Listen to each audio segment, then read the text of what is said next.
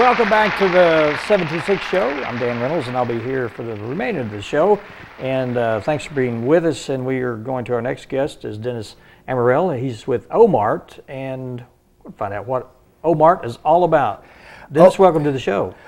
Well, thanks for having me. I appreciate the opportunity. OMART is a behavioral health organization that specializes in substance abuse.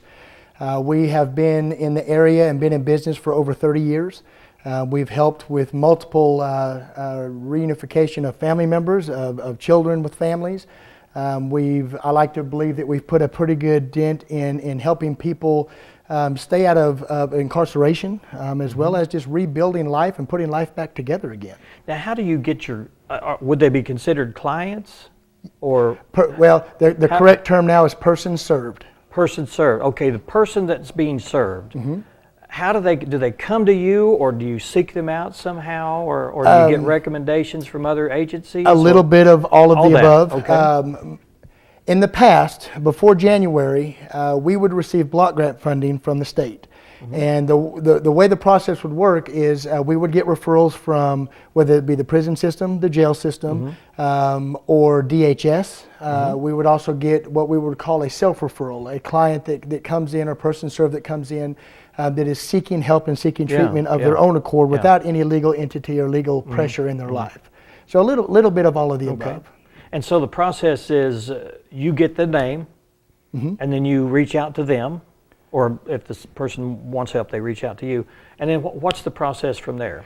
We would have to set up a screening. The person would come in and sit down. We would ask multiple questions about the history of their using, what their employment is like, what their mental health stability mm-hmm. is like, mm-hmm. What their living arrangements are, mm-hmm. A whole multitude of different factors that come into play. And we would make a determination on what the best modality of treatment would be for them, whether it be a residential setting, whether it be an outpatient setting, or that type of thing. Is there any people being served that can't be served?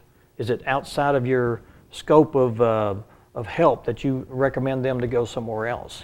There is, especially now. Like I said, everything has changed as of January 1, mm-hmm. and we no longer receive any state funding. And that was a little bit about why I wanted to be able to come onto the show. Okay. That state funding, the state of Arkansas changed as of January 1, and they redid what they call catchment areas.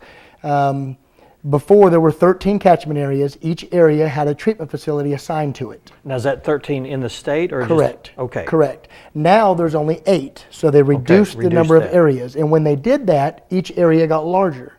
And what happened is it put, in some of those places, which included ours, it put more than one facility in one area. Mm. Well, the state, for the most part, only issued one contract per catchment area. Okay. And when they did that, we were not the recipient of that particular state contract, and so therefore we didn't receive any funding that we had been receiving for over 30 years. Mm-hmm. So to be honest with you, we're struggling a little bit financially. And the community, I would hate to see the community lose such a great organization that has done so much in helping the community. Well, let's talk about that for a second. And I want to get back with helping you bring awareness and possibly funds.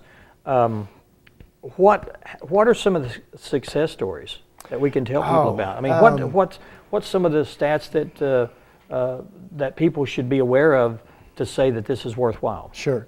Well, it puts a significant, has a significant impact on people that continue to re-enter our jail systems. Right.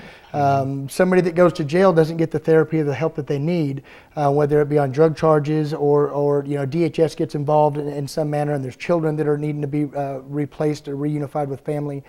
And we've been able to step in and provide treatment so that the recidivism is not as high as it could potentially be. Mm-hmm. So there's a lot of tax dollars that are saved by not having to house these people in jail. Yeah. But then the overall wellness of the community, like I said, we've helped put families back together.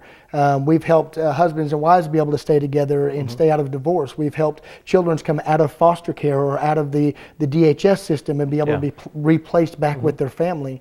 Rather than having to enter into foster care and even into adoption. Yeah.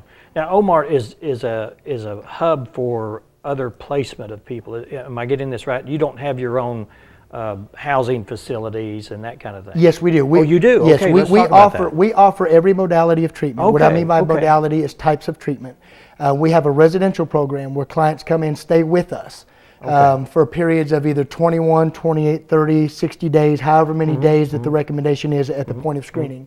But we have residential for both male and female. We have what is referred to as outpatient for both male and female. And then we have what is called an SW